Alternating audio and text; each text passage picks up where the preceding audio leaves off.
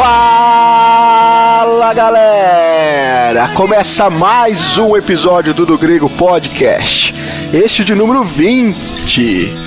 Eu sou Rafael Pavanello e esse episódio está sendo gravado na plenitude dos tempos.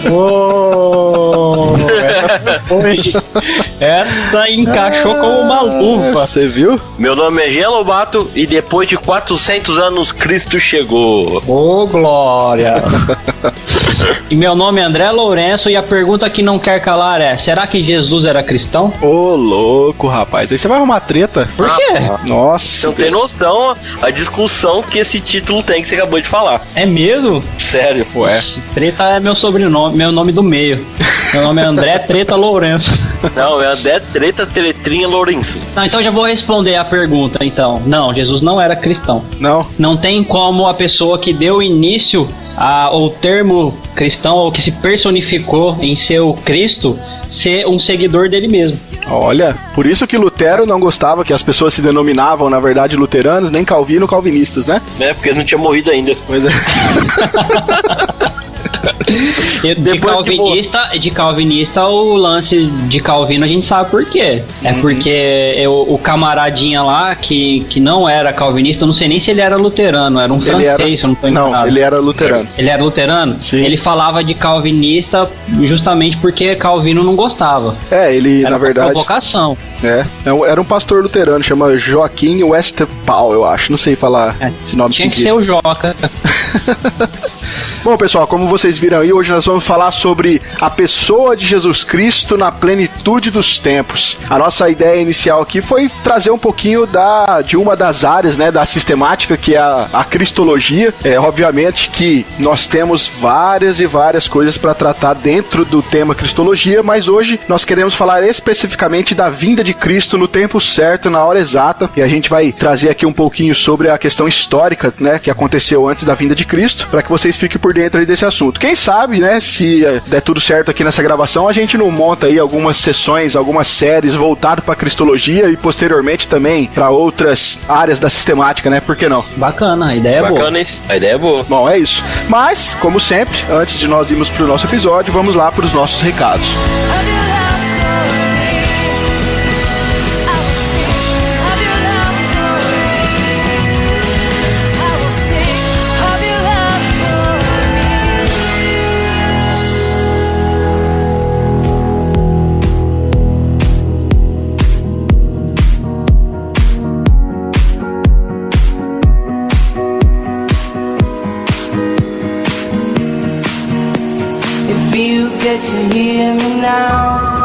Se o pessoal não percebeu, nossas vozes estão um pouquinho diferentes, né? Pois hoje estamos gravando pelo Skype, né? Primeira vez. É depois verdade. de um bom tempo, né? Pra quem não sabia, estávamos acostumados a gravar todos juntos, né? Com microfones e tal, mas como nós pretendemos esse ano aí trazer convidados pro podcast, a gente precisou aí se readaptar, né, Jean? Isso, uma novidade aí pra vocês. Então quer dizer que 2018 tem convidado novo aí pro do Grego, hein? É isso aí.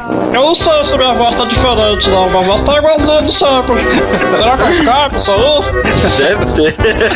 Ué? Não, minha voz tá normal, galera. Só pode ser que vai estar um pouco mais alto ou um pouco mais baixo, né? Não vai estar reguladinho. Com o tempo a gente ajeita essas coisas. É. Isso aí. E infelizmente Então, a gente perdeu o nosso sonoplasta, né, rapaz? Olha só. Agora nosso ganso. Só que nós já temos outros planos pro Ganso aí. Em breve, se Deus quiser e assim permitir, nós teremos novidades aí. Tipo assim, nós temos planos, mas ele não sabe. É isso que eu ia falar agora. Aí, Ganso, vê se ouve o episódio que você vai saber dos planos que nós temos pra você. Você sabe que essa mensagem nunca vai chegar no Ganso por esse meio, né? É verdade. Você tem um cara que participa do Grego, mas não ouve do Grego, é o Ganso. Mas beleza, pessoal. Vamos dar os recados então. 2018 aí chegando bom pra nós. Nós vamos começar a cuidar mais do nosso canal no YouTube, né? Você viu que a gente sempre promete isso, né? Mas dessa vez nós criamos um cronograma já de gravação semanal para nós pelo menos lançar um vídeo por semana. Provavelmente vai ser falando sobre algum livro, né? Ou um livro que nós já temos, ou um livro novo que nós vamos adquirir, assim fazendo uma unbox, conhecendo o livro junto com vocês. Eu e o Jean assumimos aí o compromisso de gravarmos toda semana um vídeo. É isso aí, então vocês estão ouvindo, né, galera? O Rafael e o Jean. André, mas você sabe que nós temos aí algo preparado pra você também, né? Eu só sei que eu não sei, porque se eu soubesse, eu saberia. Mas, como ainda não foi pautado ainda aqui na nossa equipe do Grego, a gente não vai falar por enquanto. Mas, se Deus quiser, vem novidades aí com o André também no YouTube. É isso aí. Vai ser um canal do YouTube só pra falar de polêmicas. Polêmicas! Para! Loucura! Não fala isso não, Jean, que eu lembro que o Luciano Huck tá concorrendo à presidência, pelo amor de Deus. Não comenta, ia ser meu primeiro vídeo, seria esse daí, olha lá, já estragou com tudo, ó, cancela, cara. Já deu spoiler já. Cancela, não quero mais brincar disso daí. Pessoal, um outro recado que eu gostaria de dar aqui é que nesse ano de 2018 nós vamos continuar lá com a nossa enquete, tá? Lá pra gente é bom que vocês comentem lá assuntos que vocês querem que nós tratemos aqui. No ano de 2017 nós conseguimos quase fechar aquela lista que tá lá, né? Não deu pra fazer todos, mas quase que a gente consegue. Mas, se Deus quiser, a gente vai ainda tratar daqueles assuntos que estão lá pendentes. Se eu não me engano é só 1 ou 2 que falta. E são assuntos um pouco mais complexos, então a gente queria trazer um convidado especialista pra falar sobre aquele assunto. E eu não vou dar spoiler de quem vai ser, mas vamos ver ainda certinho isso. E você pode estar indo lá no Facebook, /do Grego. A primeira publicação que tem lá que é fixa é a nossa enquete, onde você pode estar sugerindo títulos, você pode estar sugerindo temas para nós estarmos gravando aqui, né, falando sobre o assunto. Então fique à vontade, entre lá na nossa fanpage, dê a sua sugestão e que no momento certo, na plenitude dos tempos, a gente vai estar gravando aí sobre o assunto que você sugerir, beleza? Então vamos lá pro nosso 20º episódio.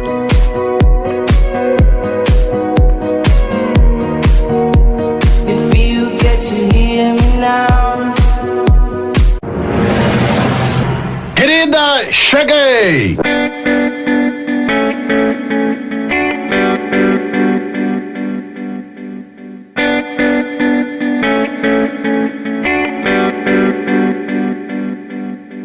Bom, pessoal, eu acho que nós poderíamos introduzir nosso assunto aqui, então, explicando a questão do que significa o nome Cristo, né? Porque é o seguinte, se a gente for analisar em todo o Novo Testamento, né, com frequência também muitas cartas que os apóstolos vão escrever, Jesus, ele é chamado de Jesus Cristo, né? Às vezes é chamado de Cristo Jesus. E o que então significa a palavra Cristo? Porque é bom a gente definir aqui que ela não é um sobrenome, né, Jean, de Jesus, né? Então, Rafa, você acredita que antigamente eu não ligava pra estudar, né? Eu nem li a Bíblia direito, vamos colocar assim. E pra mim, Jesus Cristo era um nome composto, né? Cristo era sobrenome de Jesus.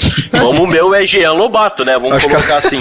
Acho que a maioria das pessoas pensa assim, cara. Sim. Aí quando eu descobri, realmente foi um choque assim pra mim. Porque aí eu realmente fui entender com os estudos realmente o significado de Cristo e por que ele é chamado disso, né? Eu também não tinha também a consciência do que significava Cristo. Aparentemente é isso mesmo, era sobrenome, né? A gente sempre pensa que é um sobrenome, mas não é. Tem um significado extremamente importante, né? Bíblico, né? Isso é verdade. E se nós podemos ver que esse nome Cristo, ele não é um nome que foi inventado novo, é um nome já antigo, né? Ele já era utilizado no hebraico, né? Com o nome de Mashiach, né? Que ele era derivado de outra forma, né? Que ele tinha um significado de espalhar alguma coisa sobre, untar, ungir ou flexionar com óleo, né? Olha só. Nós podemos ver, dar um exemplo que quando Samuel foi ungir Davi, né? Então esse fato de ungir é o significado de Cristo, né? Porque Jesus, ele é o ungido de Deus, né? Ele é o ungido do Pai. Então esse é o significado da palavra Cristo, né? Quer dizer que significa ungido do Senhor. Isso no hebraico, no Antigo Testamento. No hebraico, isso. Então, a nossa palavra Cristo, né? A tradução que nós temos na nossa Bíblia lá, a palavra Cristo, ela vem por derivação do latim, que é Christus no latim, né? Que do latim, na verdade, ela é decorrente do grego Christos. E aí o termo Messias, na verdade, é a transliteração do grego, que por sua vez translitera o aramaico. Que aí a palavra em aramaico é muito complicado, não vou nem arriscar aqui falar, cara. Muito complicado. Mas tem muito a ver com o Mexia, né? O Machia ali também do hebraico. É uma palavra bem parecida. Então, na verdade, são palavras diferentes que têm o mesmo significado. Exatamente. Assim, né? Cristo e Messias, na verdade, são sinônimos, tá? Eles significam a mesma coisa. Ambas as palavras significam ungido. E é interessante que essa palavra, quando você aplica essa palavra para uma pessoa, ela tem a conotação que a mesma pessoa que foi chamada de ungido, né? Ela foi cerimonialmente ungida, na na verdade, para uma função. Ela foi ungida para um cargo, como um homem que foi ungido de Deus. Só que também sugere a questão de eleição, ou seja, ele é separado, ele é eleito e ele é honrado. Então, quando nós pegamos e aplicamos essa palavra na pessoa de Jesus Cristo, é a mesma coisa que se estivéssemos confessando que Jesus ele é ungido, ou seja, ele é o Messias de Deus. Então, mas um fato interessante da questão do ser ungido, necessariamente, não é porque foram lá, pegaram um chifre e ungiram alguém como Samuel fez com Davi, por exemplo, né? Mas tem a ver com a questão de ser separado para um objetivo específico, né? Para uma função específica, exatamente. Toda vez que a gente vê no Antigo Testamento, a gente vai pegar, que a gente vai falar um pouco mais sobre isso, né? Mas a gente vai pegar e ver que tinha tipo um cerimonial. Até mesmo no caso de Davi, que foi uma coisa mais à parte entre os familiares, mas tinha toda uma questão cerimonial, né? Se a gente for pensar e for separar alguns textos no Antigo Testamento, nós vamos ver lá que tanto reis quanto os sacerdotes também, eles eram regularmente ungidos. E aí nós temos vários textos, né, que vão nos mostrar isso. Então, quando você diz regularmente, você quer dizer o quê? Que, por exemplo, Davi foi ungido mais de uma vez? Não, eu quero dizer que são várias... A prática foi feita várias vezes no Antigo Testamento, entendeu? Ah, sim, porque quando Davi, por exemplo, quando Saul foi tornar rei, Samuel foi e ungiu. Sim. Depois, quando Davi ia se tornar rei, Samuel foi e ungiu Davi. Quando eu quero dizer regularmente, eu quero dizer que foram várias vezes que aconteceu, entendeu? Uma coisa que é legal também, que eu acho que você talvez entraria nesse ponto, é que a unção, ela tem a dádiva de transferência de autoridade também, né? A questão não é só ir lá e jogar óleo na cabeça da pessoa. Quer dizer, que ela está sendo revestida com o Espírito Santo pra ela poder ter autoridade sobre o que ela irá fazer, né? No caso do rei é muito específico isso, né? Isso. Ou até mesmo no caso de um líder religioso, ou do sacerdote, né? Inclusive, quando se separava um rei para ser ungido, aquele homem passava a ser chamado ungido de Deus, né? Para os nossos ouvintes, se quiserem acompanhar aí, tá lá em 1 Samuel 24:10. Ele nos mostra lá, tá escrito assim, né? Os teus próprios olhos viram hoje que o Senhor te pôs em minhas mãos nesta caverna, e alguns disseram que eu te matasse, porém a minha mão te poupou, porque disse, não estenderei a mão contra o meu Senhor, pois é o ungido de Deus. Ô Rafa, só pra ajudar aí, o contexto é que Saul, ainda como rei, tava perseguindo a Davi lá, que ele ficava meio possesso e meio loucão, né? E aí Davi tocava a harpa pra ele se acalmar. Só que aí Davi começou a fazer muito sucesso entre o povo de Israel, e Saul começou a ficar com ciúmes. Então Davi teve que fugir porque Saul queria matar. E aí um belo dia, o Saul caçando a Davi, né, e os comparsas de Davi, ele entrou numa caverna e dormiu. E aí Davi viu ele dormindo e falou isso daí, né, que ele não levantaria a mão contra o ungido do Senhor. Isso. Então o rei Saul... Mas bem sabemos que Deus já tinha abandonado Saul, né, nessa época aí já. Sim. Então, a ideia é que o rei Saul, ele passa a ser chamado agora ungido de Deus por causa de ter sido separado para uma função, né, que Deus escolheu. E é engraçado que esse mesmo título também é aplicado a um rei pagão, né? Se a gente vê lá em Isaías 45, no verso 1, a gente vê que o rei Ciro também é chamado de ungido. O que nos mostra, né, que fica bem claro que Deus separou aquele homem também para uma missão específica, que, como nós sabemos, vai ser a libertação do povo depois do cativeiro babilônico, né? Ele vai ser usado por Deus para libertar o povo do cativeiro babilônico. Então nós vemos aqui que Deus, ele é soberano, e Deus acaba usando quem ele quer, do jeito que ele quer, da maneira que ele quer, seja um crente ou seja um não crente, para que os seus propósitos sejam cumpridos, né? E se eu não me engano, até o rei Nabucodonosor lá, aquele rei que acho que é da Babilônia, se eu não estou enganado, Deus chama ele de meu servo. Até mesmo o faraó também, que tudo é de Deus e Deus usa toda a sua criação para cumprir com o seu próprio propósito, né? Isso que é o Deus soberano, que é o que a gente acredita. E aí, de um modo bem geral, né, como o Jean também já explicou aí, essa unção, ela significava exatamente isso, uma capacitação, né? Uma graça que vinha da parte de Deus para que aquele determinada pessoa cumprisse uma tarefa. Era essa a ideia de unção, né, do Antigo Testamento. Só para dar uma contribuição a mais aqui ainda no Antigo Testamento, na época da construção do tabernáculo de Moisés, eles precisavam de várias pessoas para poder construir, né? Mesmo que eram tendas tinha todas as coisas específicas, os utensílios, todas as questões que seriam para artesãos, né? E aí essas pessoas específicas que Deus chamava para a construção, eles também eram ungidos, e Deus colocava uma porção do Espírito que estava sobre Moisés, sobre a vida de cada um desses. Isso. E nesse caso a gente sabe que é o Espírito Santo, né? Sim, inclusive, André, o azeite que era usado em algumas vezes nessa questão da unção desses oficiais, ele tinha como simbolismo o Espírito de Deus. Em textos como lá em Isaías 61, verso 1, Zacarias 4, de 1 a 6, vai nos mostrar isso. E a gente vai ver que essa unção, ela representava exatamente isso que você disse, né? Que é a transferência do Espírito para aquela pessoa agora que estava sendo consagrada. Querida, cheguei! Essa questão que vocês estão falando da questão de receber o Espírito Santo, seria uma forma de um batismo do Espírito Santo? Ou seria só, usaria o Espírito Santo como forma de autoridade para eles ter? Essa que nós estamos especificando, por exemplo, as que eu falei do tabernáculo, não seria um batismo do Espírito Santo, seria justamente uma capacitação para eles desempenharem uma função específica para aquele momento. Isso. Né? Só que aí a gente vai ver que no nosso caso, hoje, pra gente, essa separação que Deus nos faz de um mundo de trevas e um mundo pecaminoso, e nos transporta para o reino dele agora, para a filiação dele, aí é o batismo com o Espírito, né? Então nós não podemos fazer essa confusão, né? Não, são coisas distintas.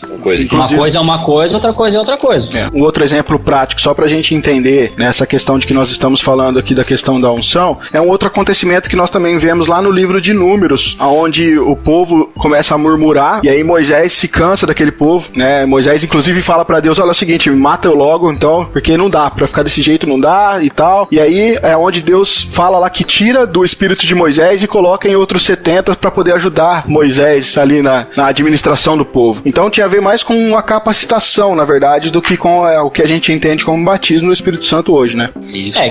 Que tecnicamente, na nossa condição hoje, não deixa de vir a capacitação. Claro. Porque o que a Bíblia nos ensina é que o Espírito Santo de Deus nos ensina todas as coisas e nos ajuda a lembrar de tudo aquilo que nos foi outrora ensinado. Isso. Então, mas no nosso caso, o nosso batismo é para um novo nascimento. É uma regeneração que nos faz sermos, antigamente sermos filhos da ira e agora sermos filhos de Deus, né? Então, além de essa separação e esse novo ser que nos é feito em nós, tipo uma nova vida, um novo homem, ele vem também com a capacitação para que a gente possa desempenhar a nossa missão hoje, que é a propagação do Evangelho, que é, né, o ID de Jesus lá. Mas nesse caso do Antigo Testamento, especificamente, não tinha a ver com essa questão de regeneração, eu acredito eu. Tem a ver mais com a questão da capacitação para o serviço. Pelo menos essas aqui que nós estamos citando, né? Porque na minha concepção, Saul ele foi ungido rei de Israel, mas na minha concepção, Saul não era um regenerado. O próprio, como eu já citei aqui, o próprio rei Ciro foi ungido, de certa forma, também para uma tarefa, mas ele não era cristão, jamais foi, não era cristão. Ele não acreditava. Cristão não era mesmo, né?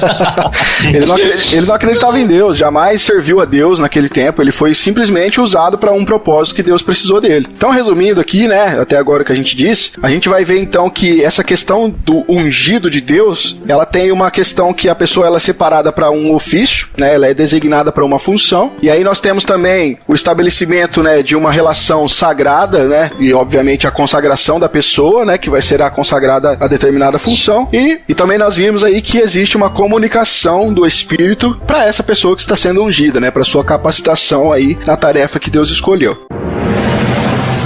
Querida, cheguei!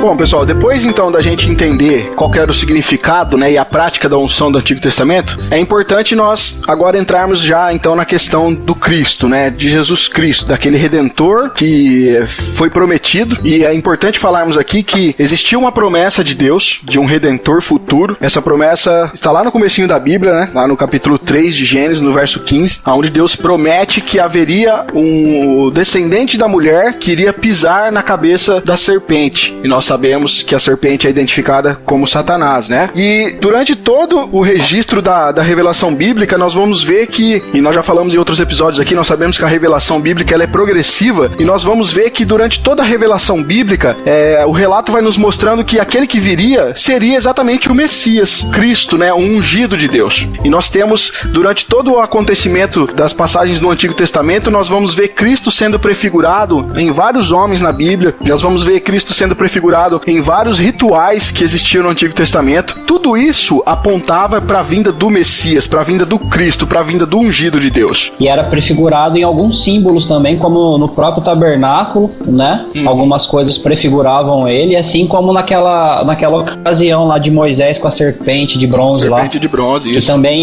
Que também era prefigurado a figura de Cristo, né? Exatamente. E diante disso, né? Diante dessa promessa que foi feita da vinda do Messias, a história bíblica vai nos mostrar essa expectativa para a chegada dele. E é importante nós falarmos aqui então dos antecedentes históricos que aconteceu antes da vinda do Messias. E nós temos um texto de Paulo, quando Paulo vai escrever aos Gálatas, que é um texto muito, muito legal, que inclusive é da onde a gente tirou, né, o título do nosso episódio de hoje. Gálatas capítulo 4, também o verso 4 diz assim, ó: vindo porém a plenitude do tempo, Deus enviou seu filho, nascido de mulher, nascido sob a lei. E essa expressão, né, a plenitude do tempo, ela tem um significado muito grande para nós, porque nós vamos ver que a palavra aqui usada por Paulo, né, a palavra grega cronos, ela tem um significado, ela tem um sentido de que isso está completo, de que o tempo ali atingiu o seu tempo preciso, está fechado. Ou seja, Paulo está querendo dizer ali que Cristo, ele é o centro significativo de toda a história, onde ele vai mostrar que o evento central, né, o grande evento de tudo aquilo que a história estava esperando para acontecer, na verdade, se dá como cumprimento absoluto nesse tempo. Ou seja, o ápice, né, o clímax aqui do plano de Deus se cumpre agora na pessoa de Cristo. O Messias, o Redentor, aquele que foi prometido lá em Gênesis, agora ele chega. Só que muitas coisas aconteceram na história, né, e aí a gente entra muito aqui na questão do período, principalmente ali no período intertestamentário, muitas coisas aconteceram para que a vinda de Jesus Cristo fosse perfeita e plena aqui nessa terra. E a gente vai bater um papinho com vocês sobre isso agora. Posso dar só uma alusão? Claro. Sobre essa questão da plenitude dos tempos? Vamos imaginar o seguinte, Deus tem... Quem já viu aquela ampulheta lá de areia para marcar tempo com a areia caindo assim? Sei. Sim. Sabe, né? Com isso na mente, né? Aí imagina o seguinte, tá, beleza, Gênesis 3:15. Aconteceu, Jesus pega essa ampulhetinha dele e vira. Tum. Aí começa a cair cada grãozinho de areia, cada grãozinho de areia, cada grãozinho de areia. Na hora que o último grãozinho de areia caiu, tum, plenitude dos tempos. Vem Jesus. Aí Deus vira de novo a ampulhetinha pra cair os grãozinhos de areia pra volta de Cristo. E os grãozinhos de areia tá caindo lá ainda, estamos esperando. Ainda, a segunda jornada tá caindo ainda. Exatamente. Mas a primeira caiu tudo. Plenitude dos tempos. Jesus encarna. Será que vai demorar muitos anos ainda? Como demorou a primeira vez? Né? Não sei. E isso é uma alusão, né? Não é uma questão cronológica específica. Já foram 500 anos e agora vão ser 500 anos. Tanto que já foi 2000, né? Então, antes... Se você estiver gravando um podcast nessa hora, né? Mas por quê? Você ser arrebatado, aí o cara que tá lá junto fica, o resto foi embora, entendeu? Ixi, a pessoa ainda gravando assim, cai a internet de alguém, a gente fala, pô, pronto, aconteceu. Ô Jean, cara, mó pré-milenista, você acha?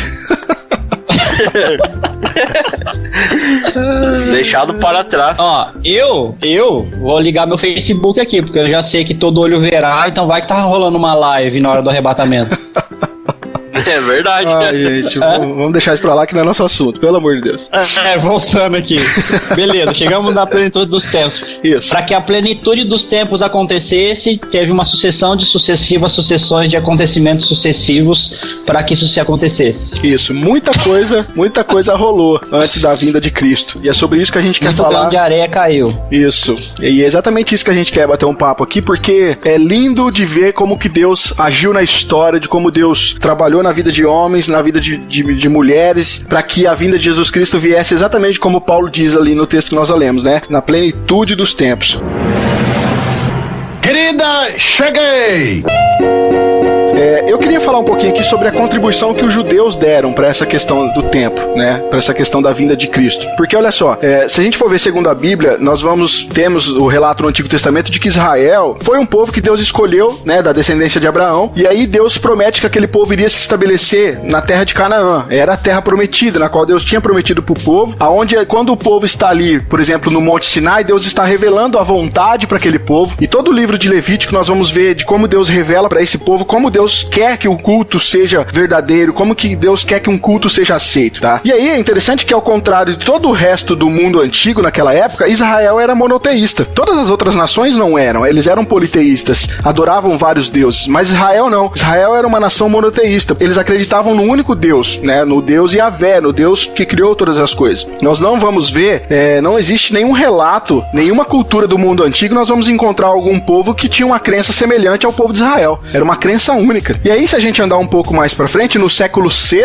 lá, mais ou menos antes de Cristo, nós vamos ver, né, isso está registrado no livro de 2 Reis, nós vamos ver que o povo de Israel vai ser levado cativo para a Babilônia. E aí a gente vê que o povo de Israel, depois disso, eles nunca mais vão retornar para sua terra. Apesar de que, né, nós temos o registro bíblico de que o cativeiro iria se encerrar ali depois de 70 anos, porém o povo de Israel, eles foram se espalhando entre outras nações, né, só que eles foram guardando, eles foram honrando a religião e a lei que Deus tinha dado para eles lá no Monte Sinai. Quando Jesus chega, né, os judeus, eles já haviam ali dado uma importante colaboração para a missão que Jesus tinha já em grande parte do mundo. Por quê? O mundo sabia que existia um povo, que era esse povo de Israel, que eles não adoravam outros deuses, eles adoravam um único Deus, né? Eles batiam o martelo de que existia ali somente um Deus. E aí, durante o exílio do povo, os judeus, eles desenvolveram as sinagogas, que eram locais onde eles adoravam ali, onde eles aprendiam a lei. Eles não tinham mais o templo foi destruído, então eles, no período intertestamentário ali, eles desenvolvem as sinagogas, onde o povo passa ali a adorar a Deus e passa ali a aprender a ensinar a lei. E aí a gente vai ver que a sinagoga teve um papel extremamente importante para a mensagem de Jesus fosse proclamada naqueles dias lá. Em várias passagens do Novo Testamento, nós vamos ver que Jesus estava na sinagoga ensinando o povo. Então nós vemos que, sem dúvida, essa questão da lei, essa questão do povo de Israel ter no exílio criado as sinagogas, isso foi muito importante também para a vinda de Jesus Cristo, para que ele propagasse então a sua mensagem. Então o povo de Israel tem aí também uma função importante nessa questão aí para que Jesus Cristo viesse então na plenitude dos tempos. A contribuição dos gregos foi importante porque na época que os gregos eram liderados por Alexandre o Grande, eles levaram essa cultura grega para quase todo mundo conhecido da época, né? Não todo mundo, porque não todo mundo foi desbravado naquele período, mas o mundo conhecido da época a sua cultura foi toda levada e propagada na época do Alexandre o Grande. Então os povos que iam sendo conquistados, eles iam ter as suas línguas como maternas ou como sendo a língua mais falada, que seria o grego. E além de ser uma língua riquíssima, ela tinha no seu vocabulário, em torno de 200 mil palavras. Nossa. Você imagina, né? E isso, claro, que foi facilitar depois a propagação do evangelho, porque quando o pessoal foi disseminar a palavra de Deus na época de Atos, né, no Novo Testamento, a língua mais falada em todo o mundo conhecido era o grego. Tanto que o Novo Testamento foi escrito em grego, né? Que é uma língua muito rica para poder falar de pensamentos, falar de coisas como é feito no Novo Testamento todo. E André, um outro fato também que é importante a gente relatar aqui, cara, é a questão da filosofia grega, né? Porque a gente vai ver que através dos 3 maiores filósofos aí conhecidos da antiguidade, né, da história da filosofia, que foi Sócrates, Platão e Aristóteles, através deles a gente vê que todo o desenvolvimento, o raciocínio lógico, tudo isso se tornou um instrumento muito eficiente na elaboração e na transmissão de um pensamento que era um pouco mais apurado. E o Novo Testamento, ele foi escrito em grego e o texto usado era um texto que tinha uma gama muito rica de significado para o povo da época. E é interessante que a gente vai ver que em muitos casos os escritores bíblicos, né, os escritores do Novo Testamento, inspirados por Deus para poder escrever as escrituras, eles vão pegar palavras que já eram conhecidas do povo grego, palavras que já tinham um significado muito rico para o povo grego, só que eles pegam essa palavra e dão um significado significado novo agora. Eles dão um significado muito mais profundo, que vai ultrapassar bastante e muito até os limites do emprego comum daquela palavra. Um exemplo que nós temos aqui é lá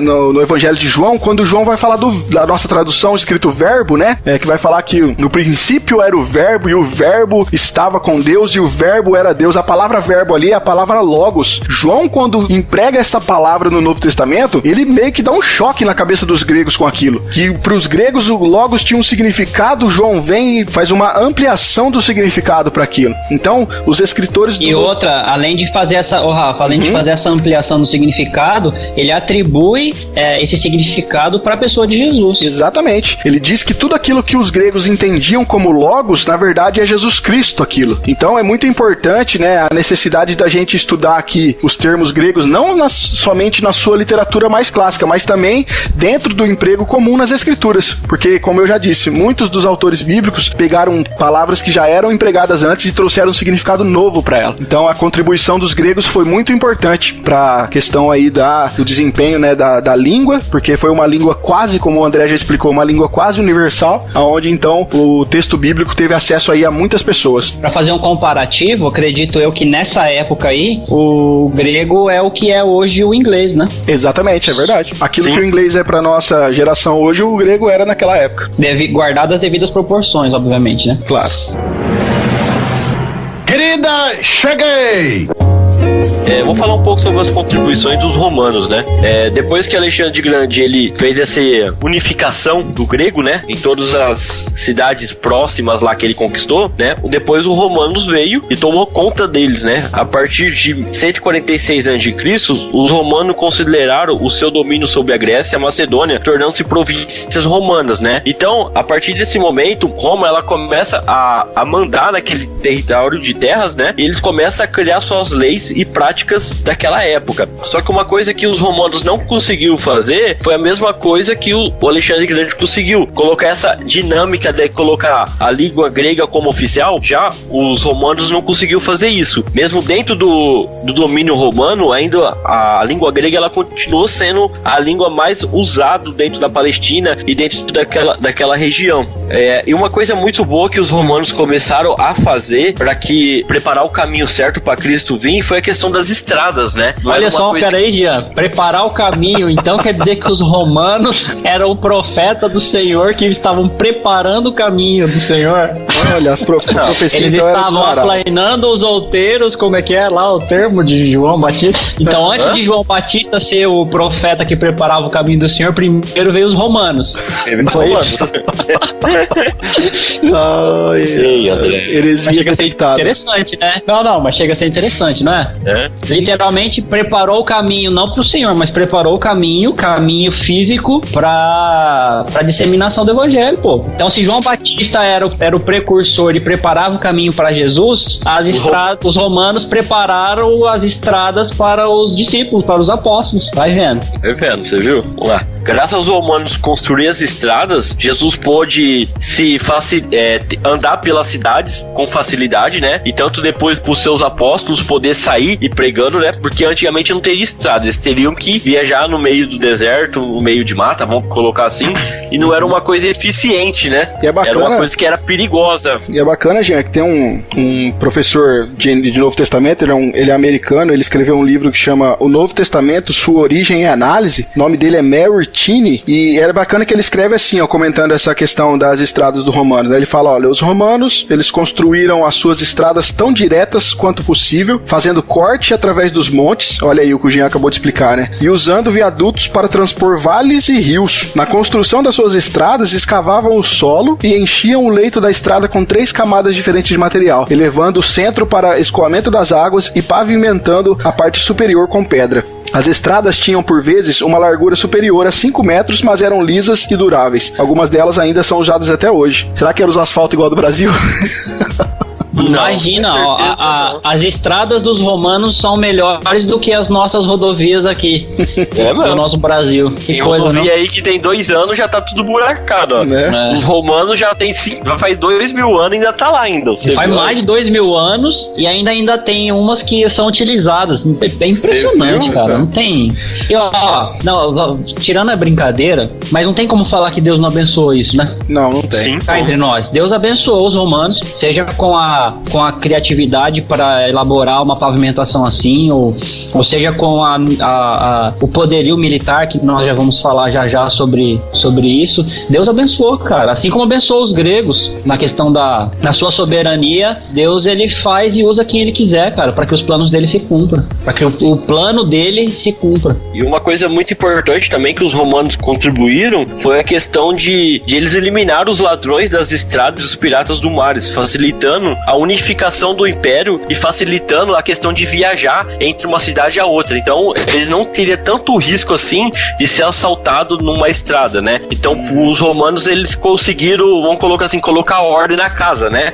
Para que quando Jesus fosse viajar, você pode ver que nos evangelhos Jesus viajou bastante, né? De cidade em cidade, anunciando que o reino de Deus tinha chegado, né? Então, graças aos romanos, essa forma deles poder andar não era tão perigosa como era antigamente, né? Aí você imagina os apóstolos, né? Todos os apóstolos, ninguém tinha dinheiro, tudo pobre de maré descer. Aí eles estão pegando a estradinha lá, seja a pé ou de jumentinho, e de repente chega os saqueadores pra roubar o que eles já nem tinham.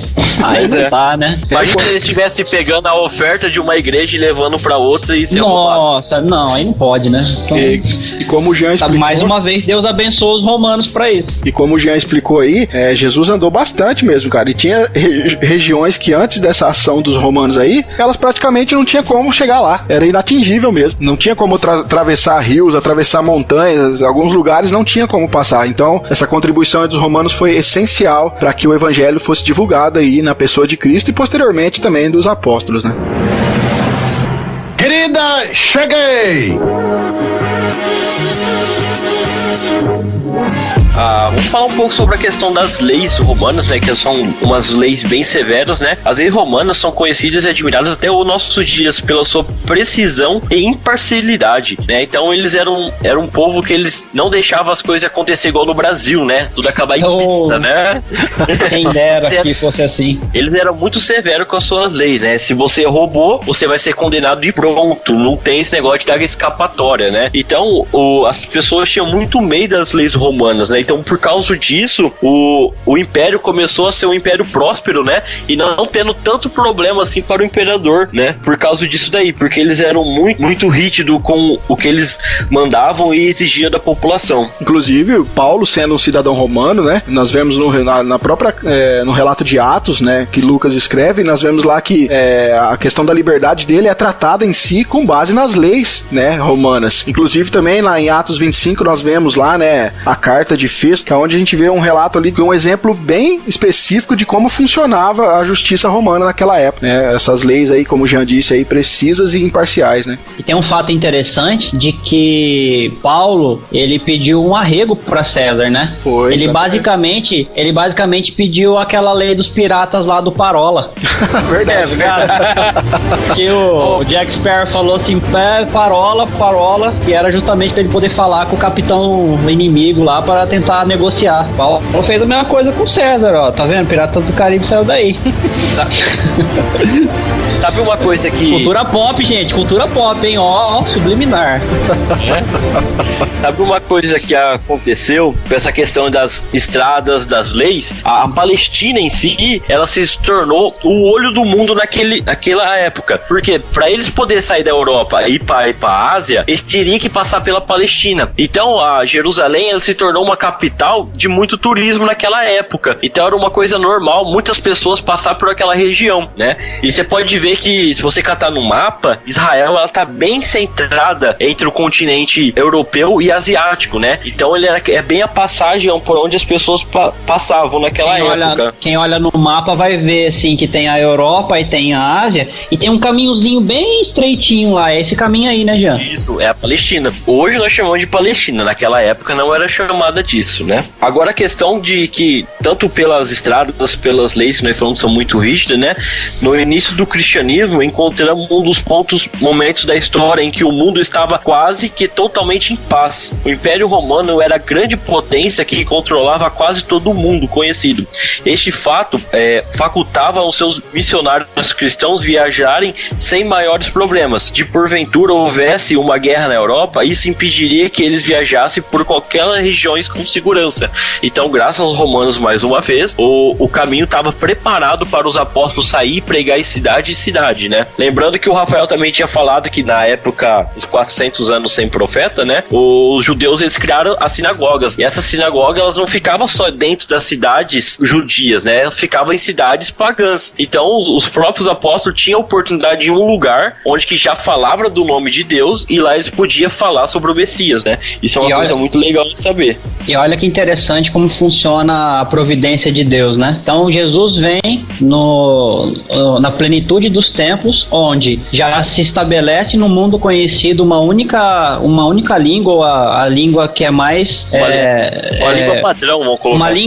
Uma língua padrão. Uma língua mãe de todas as nações, que é o grego. Numa língua só, o evangelho pode ser bem disseminado, que era uma língua rica, uma língua de um paladar muito aguçado e refinado para explicações, e também uma paz no mundo conhecido, graças aos romanos, que faz com que o evangelho possa ser propagado de maneira que você imagina o seguinte: se o pessoal do seu país, no caso os judeus, se tivesse tendo alguma guerra, algum problema, eles já não conseguiriam trafegar por algum lugar que estava tendo a guerra. E se eles fossem ter guerra do país deles, eles teriam que se alistar e eles não conseguiriam fazer a função de disseminar o evangelho. Então a providência de Deus, ela é tão magnífica e tão significativa que ele abençoa um povo grego para disseminar uma língua e abençoa um povo romano para que gere caminhos fáceis para a propagação do evangelho e uma paz durante um momento para que o evangelho possa ser propagado de uma maneira pacífica por todo mundo. É sensacional, né? Nossa, Então Jesus veio na época exata, né? No momento ideal, no momento certo. Na hora que o último grãozinho de areia caiu ali, puff. É lindo demais. Para o sonoro. É lindo demais ver a providência de Deus na história, né, cara? A gente fica abismado. Maravilhoso. Gente, como tem gente ainda que fala, cara, que acha que Deus deixa as coisas acontecer, que acha que Deus, mas Deus não fica interferindo na vida de ninguém, não. Não, Deus é tão cavalheiro, Deus não vai, deixa você tomar as suas decisões. Não, Deus deixa você viver como você quiser. Não, isso daí vai acontecer se a gente fizer um negócio assim, assado. Não, Deus tá lá quietinho na dele lá, sentadinho no trono, só de boa, como se não se importasse com nada. Rapaz do céu, não pode, cara. A gente acabou de ver aqui, né, de como Deus age no tempo certo, de como Deus dirige a história para que os eventos que ele estabeleceu aconteçam. A gente acabou de ver aqui, Cristo veio, sabe? Antes da vinda de Cristo, a gente viu que tanto o cenário político, tanto o econômico, cultural, social, tudo isso teve grandes transformações que ajudaram na preparação, na vinda do Messias. Isso é providência de Deus, não tem como não ser. Querida, cheguei! A gente vai encontrar nos escritos de Orígenes, se a gente for ver, tem um grande documento, um grande tratado teológico, né, da patrística, escrito por Orígenes, que é o Contra Celsus, e ele vai dizer o seguinte, olha só, e só para relatar aqui, Orígenes, né, ele é de 185 a 255 depois de Cristo, e a gente vai ver aqui nesse escrito dele que ele tem uma compreensão muito clara de que toda a situação mundial daquela época foi Deus que preparou para que existisse o advento do cristianismo naquela época. Então, no ano de 248, ele escreve o seguinte, olha: porque a justiça surgiu em seus dias, e a abundância de paz começou com seu nascimento. Deus estava preparando os povos para sua instrução, de modo que estivessem sob o governo de um imperador, para que a hostilidade entre os povos, por serem muitos reinos, não dificultasse aos apóstolos de Jesus cumprir a ordem ide por todo o mundo. Está bem claro que Jesus nasceu no reino de Augusto, aquele que uniu todos os reinos na terra em um só império. Se houvesse muitos reinos, isso teria atrapalhado a difusão do ensino de Jesus por todo o mundo, não só pela razão mencionada, mas porque em todos os lugares os homens estariam sendo obrigados a prestar serviço militar e lutar para defender seu país. Isto era assim antes do tempo de Augusto. Por esta razão, como poderia este ensino, que prega a paz e não permite nem mesmo que as pessoas se vinguem de seus inimigos, ter sucesso se a situação internacional não tivesse mudado em termos globais, fazendo surgir uma atmosfera menos hostil que Jesus encontrou quando nasceu? Então, nós vemos aqui, né, que no escrito de Origens ele deixa bem claro que tudo aqui foi preparado de antemão para que a vinda do Messias, para que a propagação do Evangelho fosse feita com tranquilidade, porque Deus estava aí cuidando da história, né? Isso como é muito faz legal, até hoje, viu? Exatamente. Inclusive. Pode ver que então Deus preparou o caminho certinho para que Jesus visse, né? Preparou tanto como você falou, a questão cultural, a questão das leis, né? Então você pode ver que Jesus, ele chegou no momento certo, né? Agora, nós não podemos deixar de notar que em todos esses acontecimentos, né, existia uma expectativa muito forte do povo judeu com relação à vinda do Messias, certo? Por exemplo, o povo judeu, após o cativeiro babilônico, né, que a gente vê que ele se inicia lá em 587, 586 mais ou menos antes de Cristo, o povo ele vai começar a retornar para Jerusalém de novo apenas em 537 a.C. E eles vão ser liderados ali por Zorobabel. Quem quiser aí ter o apoio bíblico, tá lá no livro de Esdras, né, no capítulo 2. E a gente vai ver que depois disso, que o povo retorna, eles vão ser dominados ali por vários outros povos. Eles vão ser dominados pelos persas, eles vão ter o domínio dos gregos sobre eles, dos sírios, dos romanos. E aí, o Jean já explicou muito disso aqui, mas o povo tinha um interesse muito grande pela Palestina, porque como o Jean já bem retratou, era uma região ali que era muito estratégica.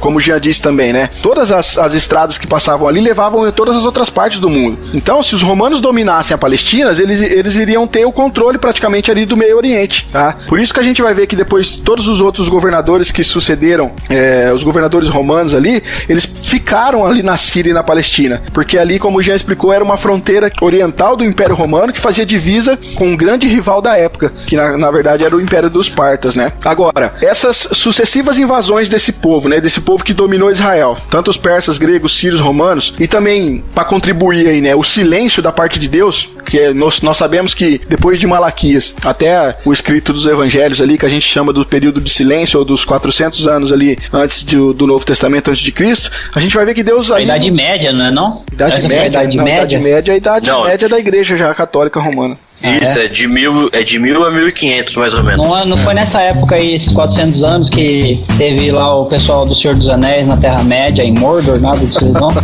Não, nada. André. Mas...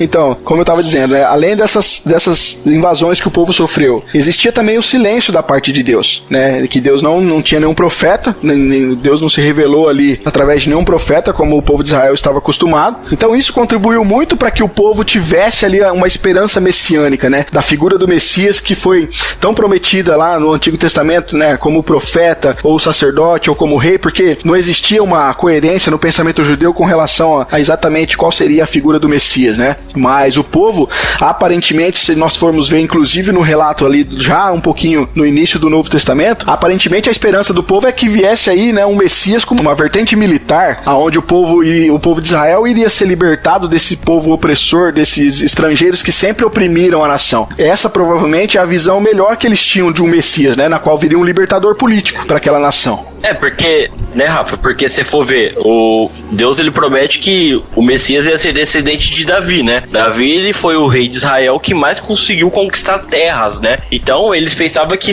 o Messias seria tipo um professor igual Davi, né? Uhum. E que teria espada e ia pra batalha, né? Exatamente. Tanto que o engano deles naquela parte lá que Jesus faz aquela entrada triunfal, o grande equívoco dos judeus na confusão toda, justamente de pensar falar que Jesus viria como... que se Jesus era o Messias, ele teria que vir como um Messias militar, que iria tomar o poder de volta, né, dos judeus, né, contra Roma, que o simbolismo que se Jesus viesse para guerrear, Jesus não teria feito a entrada triunfal de jumentinho, mas teria feito de cavalo, como que um rei fazia na época, marchando para ir conquistar. O fato de Jesus ter feito a entrada triunfal numa jumentinha era justamente porque o rei estaria vindo em paz naquele momento. Só que eles não conseguiram discernir essa situação justamente porque eles estavam cegos, crendo que o Messias viria com poderio militar para tomar de novo o governo e para reinar no trono de Davi, né?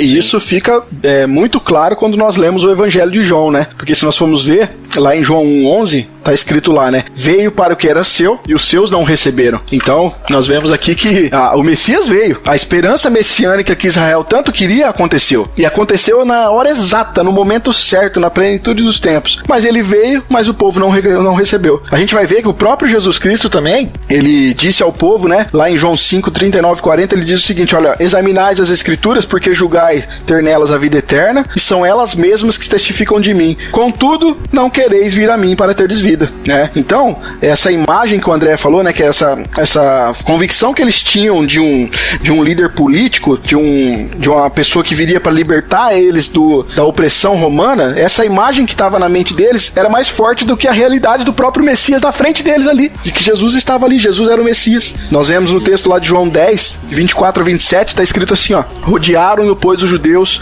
e o interpelaram, até quando nos deixará a mente em suspenso? Se tu és o Cristo, dize-o francamente. E aí Jesus responde, né, já vou-lo disse, mas vocês não credes. As obras que eu faço em nome de meu Pai testificam a meu respeito, mas vós não credes, porque não sois das minhas ovelhas. As minhas ovelhas ouvem a minha voz, eu a conheço e elas me seguem. Querida, cheguei! Eu queria mencionar aqui uma analogia que o Otto Borcher faz sobre essa concepção judaica da questão do Messias. Eu vou ler na íntegra. O rei messiânico havia sido prometido e desta forma o mundo tomou conhecimento dele. Mas a concepção que os homens faziam dele era de pessoas nascidas em uma mina e que ouvem falar do sol. Essa raça, vivendo debaixo da terra, imaginaria o sol como algo semelhante às suas pequenas lâmpadas, ou como a luz de todas elas que conseguissem reunir. Eles se reuniam contentes ao redor desse monte de lâmpadas de mineiros, gritando jubilosos. É com isto que o sol se parece. No entanto, o sol no céu parece-se com qualquer coisa, menos com esse sonho irreal a seu respeito, concebido bem abaixo da superfície da terra. Foi dessa forma que o povo dos tempos de Jesus sonhava com o Messias, enquanto que Jesus era o verdadeiro sol.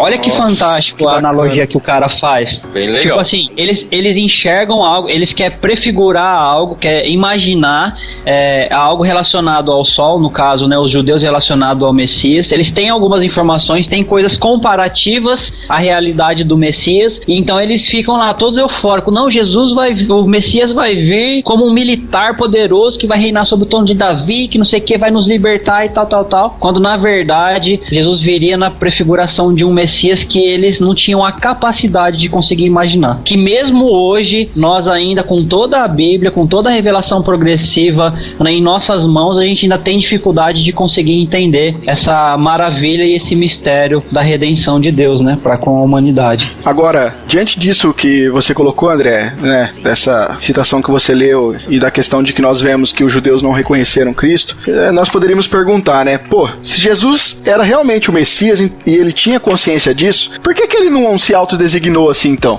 Então, eu acredito que Jesus, ele tinha essa consciência de ser o Messias, é claro. Jesus, ele sabia, chegou a um determinado ponto da vida de Jesus que ele já tinha ideia do papel que ele tinha que cumprir, principalmente em seu ministério já atuante, né? Porque depois de um certo tempo ele já começava a falar do sofrimento que ele iria passar. Você pode ver que lá em Lucas 2,49, ele fala assim, e ele respondeu, por que me procuráveis? Não sabeis que me cumpria estar na casa do meu pai? Então, tipo assim, ele tinha essa consciência que ele era filho de Deus. Deus, né? E essa consciência aí era quando ele ainda era um menino. Sim. Porque o pessoal tinha ido lá comemorar uma festa e eles foram lá pra Jerusalém, se eu não tô enganado, e aí e eles iam de comboio, né? E na volta, os pais de Jesus olham, cadê o menino? Cadê Jesus? Maria, cadê seu filho? José, não sei onde seu filho tá ligado?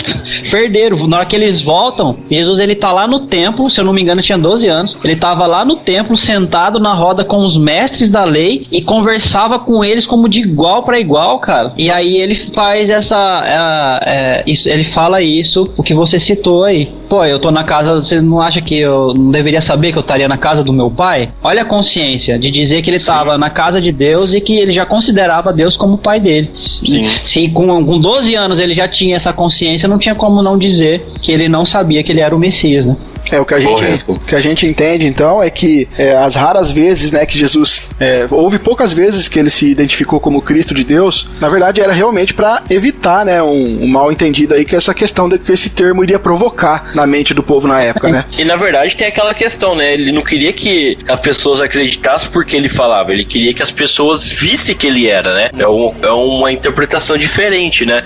Eu sou o Messias, sou filho de Deus, o Salvador do mundo, tá tudo certo aí? Não, ele quis mostrar pelos seus atos que ele era o Salvador, que ele era o Messias. Então, mas olha a treta, imagina a treta, vamos lá, imaginação. Jesus ele chega, essa concepção aí que o Rafael tava falando, de Messias como um rei militar, certo? Que vai tomar por força de volta e vai libertar o povo da situação que tava. E aí ele começa a falar que ele é o Cristo, que ele é o Messias de Deus. E a galera começa a pegar pulmão e espada e pegar tudo, então vamos lutar. Se o nosso general chegou, vamos lutar e sair matando todo mundo. E quando Jesus ele não tinha essa prerrogativa, ele não viria, não dessa vez ainda para tomar, para libertar o povo dele de vez, né? Ele tava vindo de uma maneira pacífica e ele precisava passar por situações complicadas de sofrimento, ensinando primeiro os seguidores dele a como caminhar após a ida dele e de uma maneira tranquila e cumprindo na verdade a agenda do Messias que foi designado a ele. Sim. E quem realmente conhecia essa agenda do Messias que foi falado nos profetas, principalmente em Isaías, conseguiam reconhecer, como o Jean falou,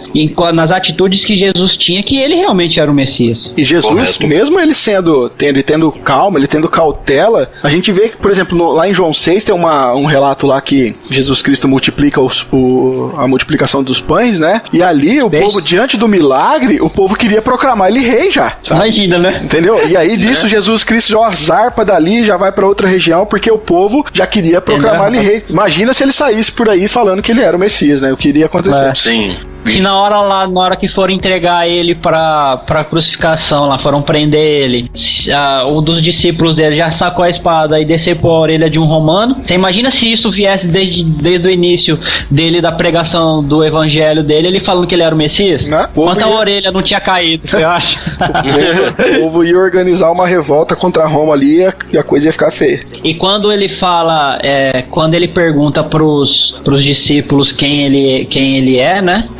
Que aí Pedro vai fazer aquela confissão que nós temos, a confissão até hoje, que nós confessamos que Jesus é o Cristo, e Jesus ainda fala assim, você tá falando isso, mas quem te revelou foi o meu Pai. Isso não vem de você, esse conhecimento não é teu, né? Exatamente. E ainda existe nesse texto aí a proibição, que Cristo proíbe Pedro de divulgar isso. Pedro fala para que ele não saia por aí espalhando isso, porque a gente vê ali que Jesus Cristo tem essa consciência de que o povo poderia entender o conceito de forma errada ali, né? E acabar aplicando isso de forma que não era para ser aplicada. A gente tá falando aqui que Jesus Cristo não se designou, mas na verdade teve algumas passagens, né? Que Jesus se auto-identificou como Cristo, né? A gente vai ver várias passagens no Novo Testamento que ele diz realmente quem ele era. Inclusive um dos textos que para mim aqui é mais relevante com relação a essa questão aqui é o texto de João 4, onde Jesus Cristo tem aquele diálogo com a mulher samaritana. É um texto aí bem conhecido, acho que todo mundo conhece o contexto, né? Em que Jesus Cristo está conversando com ela ali no poço de Jacó, e no versículo 25, então, a mulher diz o seguinte para Jesus, olha, eu sei, respondeu a mulher, que há de vir o Messias chamado Cristo. Quando ele vier, nos anunciará todas as coisas. E aí no verso 26 está escrito, disse-lhe Jesus, eu falo contigo. Então aqui Jesus claramente, que deixou claro, olha, o Messias, o Cristo que vocês tanto estão esperando, tá aqui, sou eu. E o que é interessante, olha só, ainda volta aquela prerrogativa que a gente tava falando. Jesus, ele tá conversando só com a mulher samaritana aí. Ele não tá divulgando pra multidão. Exatamente. Ele não tá confessando diante da multidão. Tanto que uma expressão que ele usa muito, que é citado no Evangelho de Lucas, que é equivalente a Cristo, é que ele usa o Filho do Homem. Aí vai ver Jesus falando, pra Jesus não falar assim o Messias ou o Cristo, ele fala que o Filho do Homem há de padecer, que o Filho do Homem há de sofrer, o Filho do Homem tal. Essa mesma expressão do Filho do Homem é o que equivale a Cristo. Querida, cheguei! E Jesus Cristo se declarando o Messias, nós não podemos deixar de pontuar aqui nesse episódio que Jesus Cristo, ele era muito mais que um homem, cara. Jesus, ele era o próprio Deus. Sim. Era o Deus encarnado. Era o Deus encarnado. O próprio Jesus, né, quando ele algumas situações que ele falava de si mesmo, a gente vai ver que ele usava expressões que eram conotativamente divinas mesmo. Lá em João 8:58, por exemplo, Jesus, quando ele vai dizer aos judeus, ele fala o seguinte, olha, antes que Abraão existisse, eu sou. E essa expressão eu sou é claramente uma referência na eternidade de Jesus Cristo. E somente Deus é eterno. Essa expressão eu sou, né, dessa passagem, nos dá um eco aqui do que Deus disse a Moisés quando ele se revelou lá na sarça ardente, né? Lá em Êxodo 3, no verso 14, onde lá Deus fala, eu sou o que sou, né? Uma outra declaração que eu separei aqui também, que eu acho que foi surpreendente de Jesus, está lá em João 5:26, onde ele fala, olha, assim como o Pai tem vida em si mesmo, também concedeu ao Filho ter vida em si mesmo. Olha só, Jesus aqui está falando de uma autonomia com relação à vida. E só Deus pode ser autônomo com relação à vida, né? Não existe outro. Os homens dependem totalmente de Deus para ter vida, porque os homens são criados. Eles não têm vida em si mesmo. Então, quando Jesus afirma isso, ele está dizendo, né, quando ele está afirmando que tem vida em si mesmo, ele está se igualando a Deus. Ou seja, ele está se equiparando a Deus. Tá? E aí nós vemos no texto, né, da grande comissão, Mateus 28:18, onde Jesus diz, olha, toda autoridade me foi dada no céu e na terra. O que faz uma alusão clara aqui à onipotência que Jesus Cristo tem. Aí, se a gente for observar aí os atributos que é dado a Deus, né, na teologia sistemática, eu acabei de falar da onipotência, mas nós temos também a onipresença. Em Mateus 28:20 ele diz, ó, eis que estou convosco todos os dias até a consumação do século. O outro atributo, né, da onisciência, a gente vai ver que existem textos como Mateus 9:4, capítulo 12:25, Lucas 5:22, onde a gente vai ver ali que Jesus conhecia os pensamentos dos seres humanos. Tá? Então nós vemos vários atributos de Jesus Cristo que qualificam ele como Deus, onde ele era o próprio Deus. Não, e outra, em João 14, quando o Filipe pergunta para Jesus para mostrar o Pai para ele, aí Jesus responde, fala assim, mas vocês não têm tá tanto tempo comigo e não têm me conhecido? Quem vê o Pai vê a mim. Ou seja, Jesus está falando assim, ó, se você está me vendo, você está vendo o próprio Deus. Isso. E a questão justamente do motivo de prenderem Jesus para dizer que Jesus estava falando heresia, era que ele estava se autodenominando Filho de Deus. E auto se denominando Filho de Deus, ele está dizendo que ele é igual a Deus. Exatamente. E é por isso que caçaram ele para prender e depois crucificar, né? André, um versículo que faz alusão que você está falando é em João, capítulo 1, versículo 14. Fala assim, e o verbo se fez carne e habitou entre nós, cheio de graça e de verdade, e vimos a sua glória, a glória como unigênito do Pai, né? Como o único Filho de Deus, né? Então, a Bíblia está recheio de versículos mostrando a divindade de Jesus, né? E é um erro nós arrancar isso da Bíblia, né? Que acontece com muitas igrejas hoje, que acabam arrancando essa divindade de Jesus. Jesus simplesmente é o caminho para Deus, mas não ele é Deus ao mesmo tempo, né? Então, olha só, percebam o caminho que nós traçamos até aqui. Começamos lá em Gênesis 3:15, certo? Nós vimos toda a história do povo de Israel sendo desenvolvida ao longo do tempo. Nós vimos toda a questão no período intertestamentário, onde aconteceram ali, que nós já falamos, com a colaboração dos gregos, a colaboração também dos judeus, a colaboração dos romanos, e nós vemos o próprio Deus encarnado na pessoa de Jesus Cristo, na plenitude dos tempos, no tempo exato, aonde a história humana, a situação global estava propícia para que o evangelho fosse propagado. Meu Deus do céu, isso é providência, cara. Se Deus não é soberano, eu não sei o que ele é. Pois é. Né? Isso, olha só, ouvintes, é só um pontozinho só do assunto cristologia. Nós poderíamos aqui abrir isso aqui, um leque muito grande para estudarmos a pessoa de Cristo e tudo aquilo que envolve a questão do Cristo, né, do Messias, do ungido, mas nós não temos tempo para isso.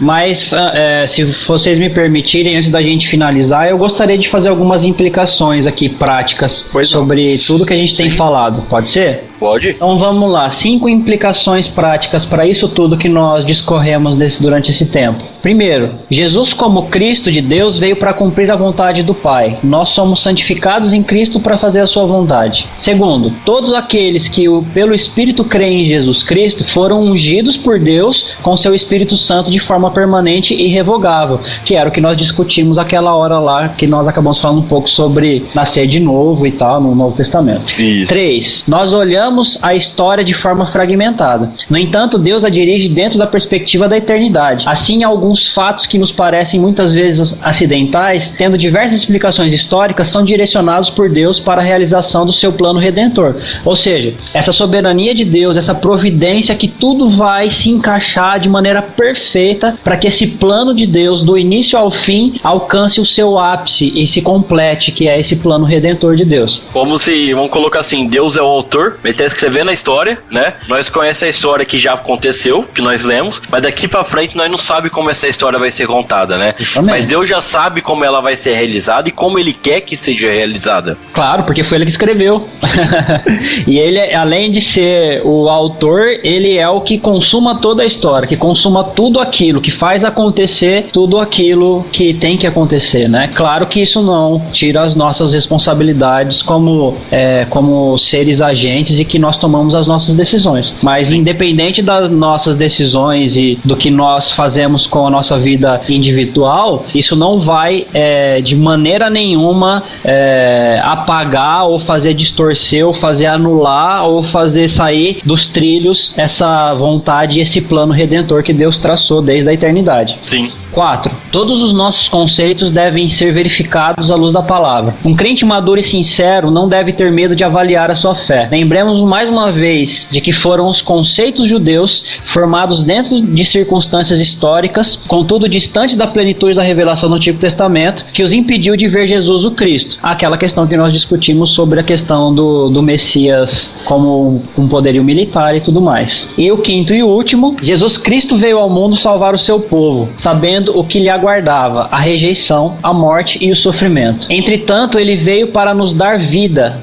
É nossa responsabilidade não menosprezar a salvação que ele nos oferece, vivendo de modo digno dele. E toda a glória a ele. Amém. Amém. Querida, cheguei!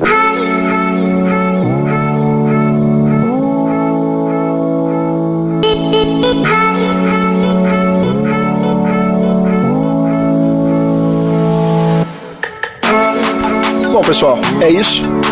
Como eu disse no começo, né, nós queríamos tratar aqui de um ponto específico da sistemática, que é a questão da cristologia, mas tem muita coisa para ser abordada nesse assunto, a gente não consegue falar de tudo num episódio só, e então a gente quis trazer para vocês exatamente esse conceito, né, de que Jesus Cristo, o Messias, o prometido, o futuro redentor de Israel, ele veio no tempo exato, no tempo que Deus preparou através da sua providência. Nós vamos ficando por aqui, né, novamente eu digo aqui, se você tem sugestões, tem críticas, tem como colaborar com esse episódio, corre aqui nos comentários, deixa aí a sua crítica, a sua sugestão, e vai ser um prazer pra gente estar batendo um papo com você sobre esse assunto, beleza? Eu vou ficando por aqui então, meu nome é Rafael Pavanello, e eu termino lendo Gálatas 4:4 novamente. Vindo, porém, a plenitude do tempo, Deus enviou seu Filho, nascido de mulher, nascido sob a lei, para resgatar o que estavam sob a lei, a fim de que recebêssemos a adoção de filhos. Meu nome é Jean Lobato, e todas as coisas foram feitas por intermédio dele, e sem ele,